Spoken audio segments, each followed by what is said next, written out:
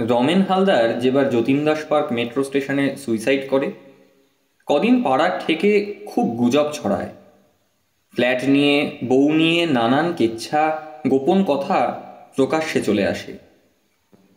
Morgue থেকে body যখন পাড়ায় আনা হয়, তখন নাকি অত বড় সাজোয়ান লোকটার 6 ফুট দেহটা কুঁকড়ে 2 হাত হয়ে গেছিল, কালো কুচকুচে, দেখে চেনা যাচ্ছিল না। তারপর আস্তে আস্তে যা হয়, রমেনকে ভুলে যায় পাড়ার ঠেক, শুধু বিল্ডিংটা থেকে যায় তেমনই।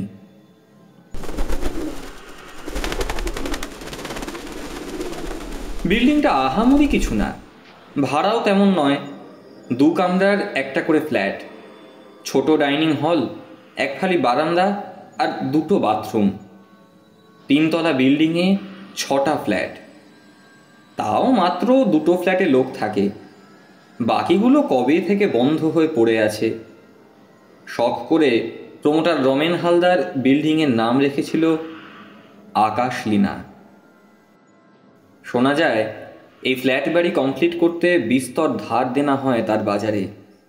সব ফ্ল্যাট বিক্রিও করতে পারে না শেষ পর্যন্ত। ঘাট কাজ মিটলে বিক্রি না হওয়া 2টো ফ্ল্যাটে তালা দিয়ে চাবি নিয়ে চলে গেছিল প্রমোটারের বিধবা বউ।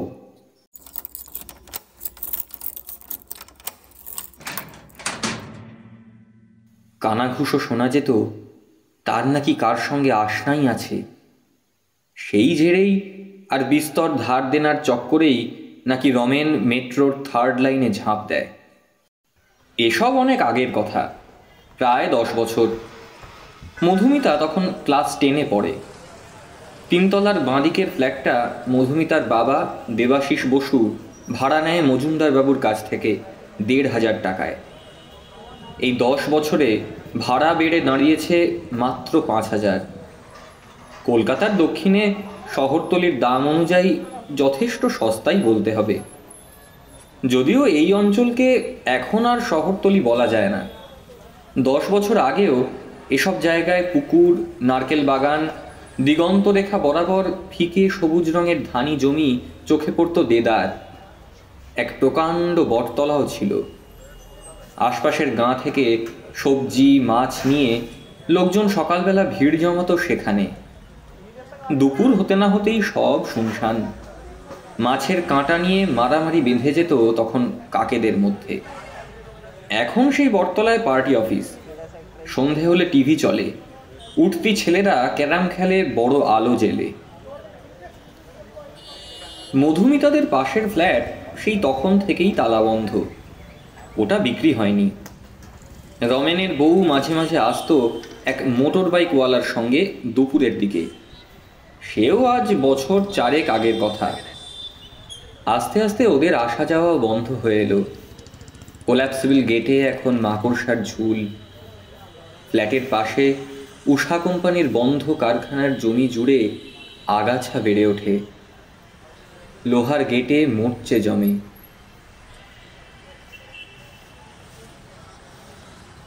দোতলায় থাকে আরেক ভাড়াটে, বছর 6 হলো এসেছে তারা, জয়ন্ত সেন আর তার বউ। জয়ন্ত এসি মেকানিকের কাজ করে। ওদের পাশের ফ্ল্যাটও বিক্রি হয়নি। রমেনের এক ভাই 6 মাসে 9 মাসে আসে কয়েক ঘন্টার জন্য। তালা খুলে দেখে, জয়ন্তকে সস্তায় কিনে নেওয়ার কথা বলে ফ্ল্যাটটা। জয়ন্ত বলে সামনের বছর কিনতে পারবো, কিন্তু সেই সামনের বছর আর কোনোদিন সামনে এসে পৌঁছয় না। কাজেই আকাশলীনা আসলে মধুমিতা আর জয়ন্তদের নিজেদের বাড়ি হয়ে গেছে। সামনের এক চিলতে জায়গায় ওরা পেঁপে গাছ লাগিয়েছে, একটা আঁটি আম গাছ, তুলসীতলা, ছাদে কুমড়োর মাচা। জয়ন্তর বউ রমা আচার শুকোতে দেয় ছাদে, মধুমিতার জন্য দিয়ে আসে একটু। মধুমিতা কলেজ শেষ করে একটা বড় শপিং মলের দোকানে সেলসের চাকরি করে। মেয়েদের লিপস্টিক, ফেস পাউডার, ফাউন্ডেশন দেখায়। মাঝে মাঝে রমার জন্য এক্সপায়ার করে যাওয়া লিপস্টিক এনে দেয়। রমা সস্তার মোবাইলে ঝাপসা ছবি তুলে রেখে দেয় তার লিপস্টিক মাখা ঠোঁটের। রাতে জয়ন্ত ফিরে আসলে দেখায় সে ছবি। মধুমিতার বাবা দেবাশিস ইদানিং বাড়িতেই থাকে সারাদিন। গত বছর পুজোর আগে রিশরার যে কাগজ কলে সুপারভাইজারের চাকরি করত সেটা বন্ধ হয়ে যায় হঠাৎ। লাখ দুয়েক টাকা পায় এক থোকে। মধুমিতার বিয়ের কথা ভেবে সে টাকা তুলে রেখেছে ব্যাংকে। এখন বাড়িতে বসে টুকটাক অর্ডার সাপ্লাইয়ের কাজ করে। সপ্তাহে একদিন কলেজ স্ট্রিট থেকে খাতা, কাগজ, পেন, রং পেন্সিল এনে সাপ্লাই দেয় পাড়ার আশপাশের দোকানে। আজ তেমনই কলেজ স্ট্রিট যাওয়ার দিন ছিল, কিন্তু সকাল থেকেই মধুমিতার মা সীমার প্রচণ্ড জ্বর। মধুমিতা বেরিয়ে যায় সকাল 9টা নাগাদ আর ফেরে রাত্রি 10টায়। আজও বেরিয়ে গেছে, ফলে দেবাশিসকেই রান্নাঘরে ঢুকতে হবে। কাজ চালানোর মতো সব রান্নাই সে পারে। শোবার ঘরে ঢুকে সীমাকে জিজ্ঞেস করে, হ্যাঁ গো, তোমাকে কি একটু চা করে দেবো? দাও, অল্প একটু আদা দিও, কিছু খেলেই তো বমি হচ্ছে। ও, কবার হলো বমি? কাল রাত থেকে 7-8 বার হবে। ইস, আচ্ছা দেখি ডাক্তার পাই নাকি কোনো। আজকের দিনটা একটু দেখি, না হলে। কিন্তু জ্বরটা তো ওষুধ খেয়েও কমছে না, প্রায় 102 মতো। এখন এই মাসের শেষে ডাক্তার টাকা মানেই তো এক গাদা টাকা খরচ। ও, সে দেখছি আমি। কাকিমা, শুনলাম আপনার নাকি খুব জ্বর। রমা, তুমি এলে কি করে? দরজা তো বন্ধ ছিল। না তো কাকিমা, দরজা তো খোলাই ছিল। আমাকে মধু যাওয়ার সময় বলে গেল যে তোমার জ্বর, তাই দেখতে এলাম। তুমি ঠিক বলছো? দরজা খোলা ছিল? হ্যাঁ কাকু, না হলে আমি এলাম কি করে? কিন্তু মধু বেরিয়ে যাওয়ার পর আমি যে নিজের হাতে দরজা লাগালাম, কি আশ্চর্য! তুমি শিওর তুমি দরজা লাগিয়েছিলে? আরে কি অদ্ভুত, দরজা লাগাবো না? আচ্ছা আচ্ছা, দাঁড়াও দাঁড়াও, আমি লাগিয়ে আসছি। না না না, তুমি বসো, আমি যাচ্ছি। এই এক মেজাজ হয়েছে ইদানিং, কিছু বললেই চিৎকার। কারখানা বন্ধ তো আমরা কি করব বলো তো? না কাকিমা, কাকু আসলে খুব টেনশনে আছে মধুকে নিয়ে, বিয়ে ভবিষ্যৎ নিয়ে। সে তো থাকারই কথা, যা ধিঙ্গি মেয়ে, কি যে করে বেড়ায় সারাদিন, শুধু সাজ আর পোশাক। দুশ্চিন্তার রাতের ঘুম আসে না আমার। এই রমা, তুমি চা খাবে? আপনি বসুন কাকু, আমি করছি। আরে না না, তুমি কথা বলো কাকিমার সঙ্গে, আমি চা করে আনছি।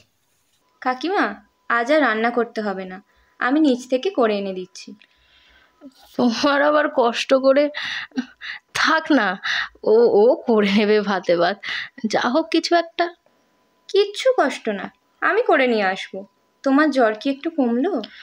না গো, জ্বরটা তো কমতেই চাইছে না। ক্যালপল খেলাম তো একটু আগে। থার্মোমিটার কোথায় আছে বলো, আমি দেখছি একবার। এই যে এই জানলার কাছে সেলফটায় আছে। রমা উঠে গিয়ে সেলফের থেকে থার্মোমিটার নেওয়ার আগে চিৎকার করে ওঠে, কাকিমা, এটা কি এখানে? কি গো? এই এই যে একটা এত বড় হাড়, আবার রক্ত লেগে আছে। কি জানি কোথা থেকে এলো এটা। এই কি হলো, কি হলো গো? এই যে কাকু, দেখুন না, একটা হাড় জানলার কাছে পড়ে আছে। দেবাশিস কিছুটা অশক্ত কণ্ঠে অস্বস্তি গোপন করে বলে ওঠে, ওই ওই পাশের নিম গাছ থেকে কাকে এনে ফেলেছে বোধহয়। এত বড় হাড় কাকে আনবে? আর আমি তো সকাল থেকেই এই ঘরে, কখন আনলো আমি টের পেতাম না। আর তাছাড়া কাকু, রক্ত লেগে আছে, শুদ্ধ কাটা মাংসে আমার রক্ত লেগে থাকে। হ্যাঁ, দেখে তো গরুর হাড় মনে হচ্ছে, তাই না গো? আচ্ছা আচ্ছা, তোমরা সরে এসো, আমি পরিষ্কার করে দিচ্ছি। কাকু, হাতে করে ধরো না। আরে কিচ্ছু হবে না, সামান্য একটা হাড় কাকে এনে ফেলেছে, অত ভয় পেও না তো তোমরা। দেবাশিস হাড়টা বাঁ হাতে করে তুলে রান্নাঘরের দিকে এগিয়ে যায়। রমা জানলার দিকে এসে চারপাশটা দেখে নেয় একবার। কি দেখছো রমা? কাকিমা, কিরকম একটা আষ্টে গন্ধ পাচ্ছ তুমি? আমি তো কাল রাত্রি থেকেই পাচ্ছি। এরা সবাই বলছেন আমার নাকি মনের ভুল। আমি কিন্তু পাচ্ছি কাকিমা। 10 বছর হয়ে গেল, কখনো তো এরকম হয়নি রমা। একটা ধূপ জ্বেলে দিই ঘরে। দেখো, ওই পাশের ঘরে আছে, ওই ঠাকুরের জায়গায়। কি লাগবে? কিরকম একটা আঁশটে গন্ধ পাচ্ছ না তুমি? উফ, সেই কাল রাত থেকে শুরু করেছো, একই কথা হাজারবার। আরে আমি একা নাকি? রমাও তো পাচ্ছে, জিজ্ঞেস করো ওকে। হ্যাঁ কাকু, একটা আষ্টে গন্ধ পাচ্ছি কিন্তু। ওরে ওই হাড়ডার গন্ধ, আমি ফিনাইল দিয়ে ঘর মুছে দেব। নাও নাও, চা খাও এখন। আচ্ছা শোনো, কিছু রান্না করতে যেও না, আমি করে নিয়ে আসছি। এই, তোমার আবার কষ্ট হবে না? না না, কিসের কষ্ট, আমি তো রান্না করবই। তুমি দরজাটা বন্ধ করে দিয়ে যাও। চা খাবে না? চাটা নিয়ে খেলাম কাকিমা, রান্না করতে করতে খাবো। 11টা বেজে গেছে, এরপর দেরি হয়ে যাবে। চলো দরজাটা বন্ধ করে দিয়ে আসি। এলাম কাকিমা, রান্না নিয়ে আসছি আবার। হ্যাঁ হ্যাঁ, এসো এসো। ঘর থেকে বেরিয়ে এক ফালি ডাইনিং হল পার হয়ে বাইরের বড় দরজার দিকে এগিয়ে যায় দেবাশিস আর রমা। আচমকা রমা চেঁচিয়ে ওঠে, এ কি কাকু, এ কি আবার? রমার চিৎকার শুনে ছুটে বেরিয়ে এসে সীমা দেখে খোলা দরজার সামনে হতভম্বের মতো দুজনে দাঁড়িয়ে আছে। কি হলো? কাকিমা, দরজাটা আবার হাট করে খোলা ছিল। তিনজনে বিহ্বল হয়ে দাঁড়িয়ে থাকে দরজায়। বাইরে তখন ঘন মেঘ, ঝোলো বাতাস বইতে শুরু করেছে চারপাশে।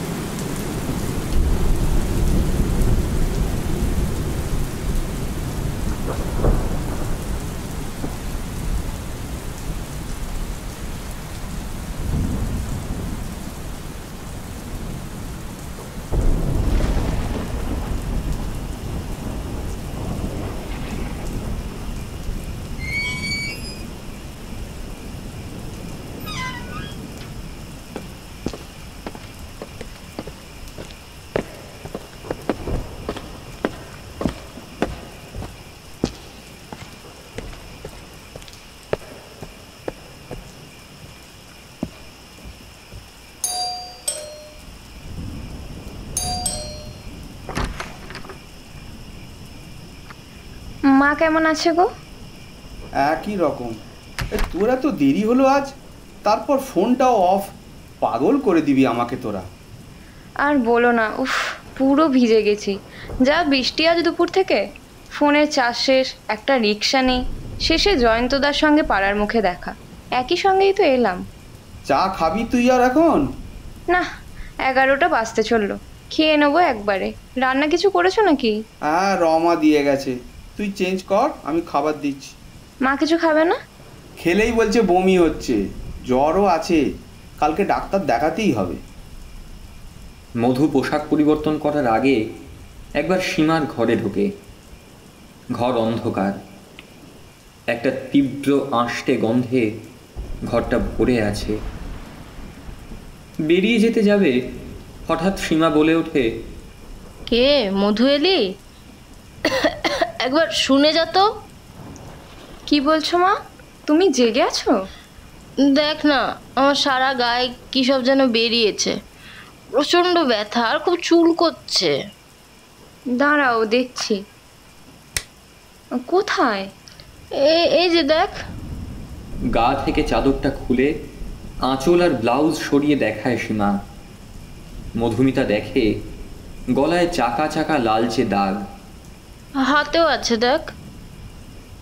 হাতের কনুইয়ের কাছেও মধুমিতা দেখে একই রকম চাকা চাকা দাগ। বাবাকে বলনি? বিকেল অবধি কিচ্ছু ছিল না, একটু আগে ডেকে দেখালাম, বললো যে অ্যালার্জি নাকি। হ্যাঁ, তাই তো মনে হচ্ছে। কাল ডাক্তার দেখাতে হবে। তুমি একটু ঘুমানোর চেষ্টা করো মা, আমি আলো নিভিয়ে দিচ্ছি। মধুমিতা আলো নিভিয়ে দেয়। বাইরে শিরশিরে হাওয়া, রাস্তার আলোয় জানলার পাশে গাছের ছায়াটা ঘরের দেওয়ালে কেঁপে কেঁপে উঠছে। বেরোতে যাবে এমন সময় মধুমিতা শোনে সীমা কেমন একটা ঘর ঘরে গলায় বলছে, মধু, কাজটা কিন্তু ঠিক করছিস না তোরা।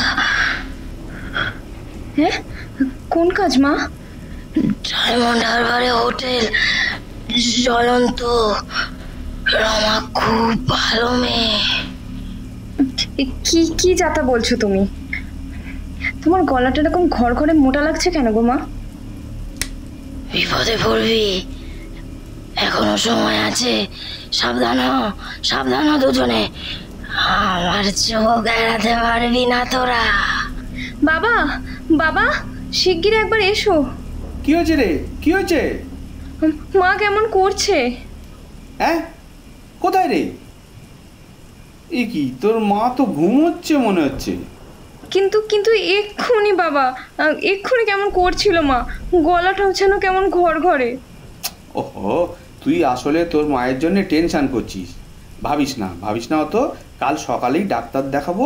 চ চ, চেঞ্জ করে নে এবার মা, খাবার বেড়ে দিয়েছি। খেতে বসেও চুপ করে থাকে মধুমিতা। ডাইনিংয়ের খোলা জানলা দিয়ে উড়ে আসতে থাকে জলের গুঁড়ো।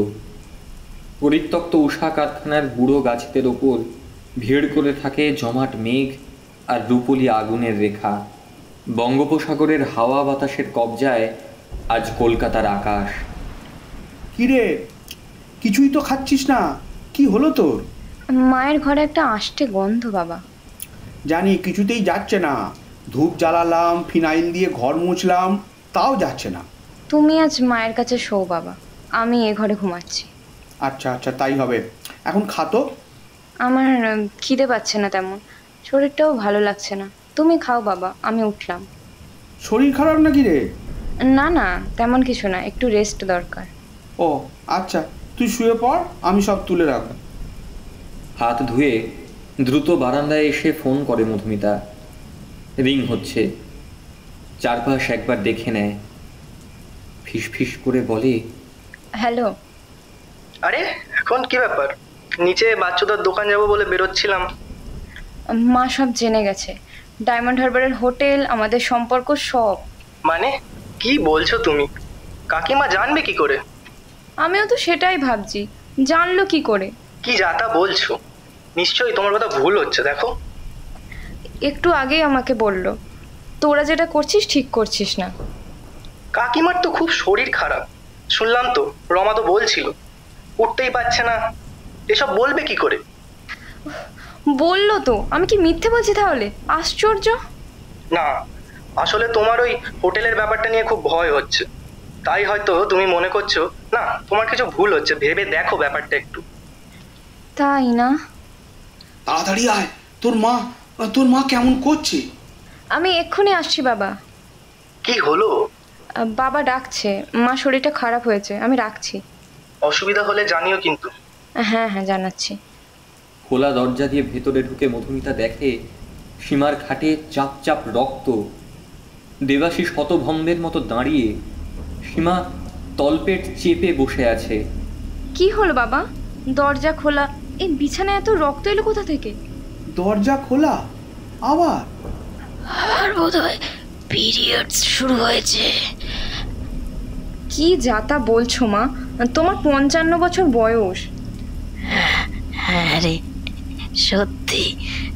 দেখ,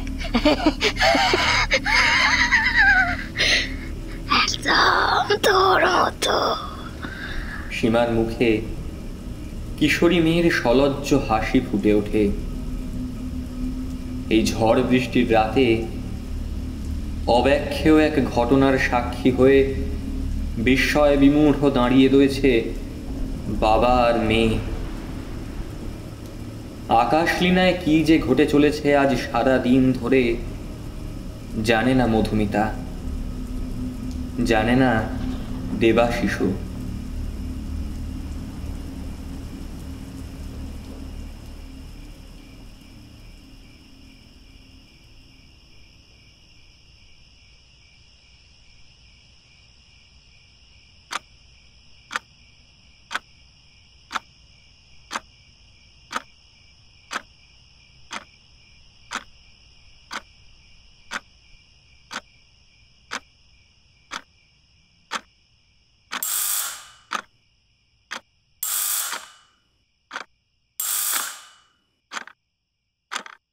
বারবার কলিং বেলের আওয়াজে ঘুম ভাঙে জয়ন্তর। চোখ খুলে মোবাইলে দেখে 5:30। তাড়াতাড়ি রমাকে ডেকে তুলে জামা গায়ে চাপিয়ে দরজা খুলে দেখে মধুমিতা দাঁড়িয়ে আছে, চোখে মুখে ভয়ের ছাপ। কি হলো মধু? সর্বনাশ হয়ে গেছে জয়ন্তদা, মাকে খুঁজে পাওয়া যাচ্ছে না। মানে কি যাতা বলছো? হ্যাঁ, প্রথমে আমরাও ভেবেছিলাম ছাদে গেছে হয়তো, কিন্তু এখন কোথাও নেই। কাকু কই? বাবা পাড়ার মোড়, রিক্সা স্ট্যান্ড সব খুঁজে এসেছে, কোথাও নেই মা। কি হবে এখন? চলো চলো, আগে আগে তোমাদের ঘরে যাই একবার।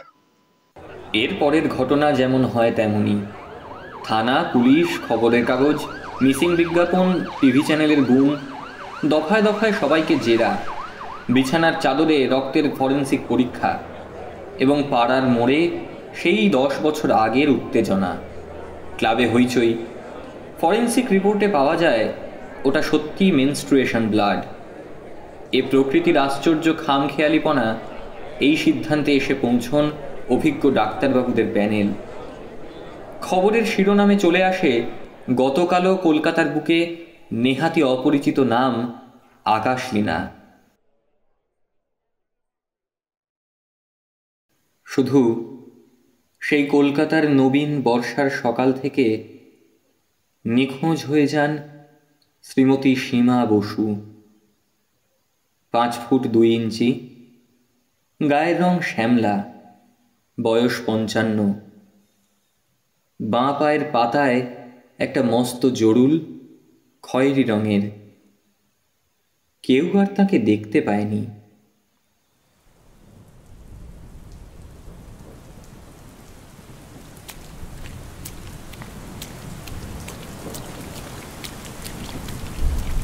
আস্তে আস্তে থিতিয়ে আসে সব কিছু। দিন যায়, দক্ষিণ শহরতলির বর্ষা আরও ঘন হয়, রাস্তার জল জমে আবার নেমেও যায়। আবার নিম্নচাপের কবলে পড়ে কলকাতার আকাশ। সেদিনও মধুমিতার ফিরতে দেরি হচ্ছে। দেবাশিস টিভি খুলে বসে আছেন ঘরে। আজকাল নিজেই যেমন পারেন রান্না করেন। আজ করেছেন খিচুড়ি। মধু ফিরলে গরম ডিমের অমলেট করে দেবেন।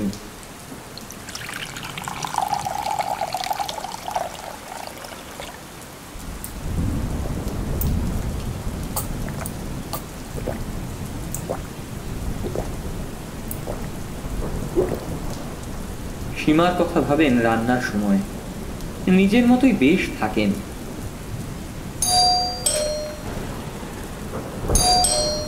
দেবাশিস ঘড়ি দেখেন, রাত 10:30। মধুমিতা ফিরল বোধহয়। দরজা খুলে দেখেন জয়ন্ত। কি ব্যাপার জয়ন্ত, তুমি এত রাতে? কাকু, সন্ধ্যা থেকে রমার খুব জ্বর। আমি এই ফিরলাম, ফিরে দেখি বমি করছে। অনেকবার করেছে নাকি সারাদিনে। আপনাকেও কিছু জানায়নি? সে কি, ওষুধ দিয়েছো? দিয়েছি, ক্যালপল। সারা গায়ে কেমন লাল লাল দাগ, বলছে খুব চুল করছে। আর কাকু, কি আশ্চর্য ব্যাপার, সারা ঘরে খুব আঁশটে গন্ধ। আমি যখন ফিরি তখন দেখি সদর দরজাও খোলা। আপনি একবার আসবেন কাকু, মধুমিতা ফেরেনি এখনো।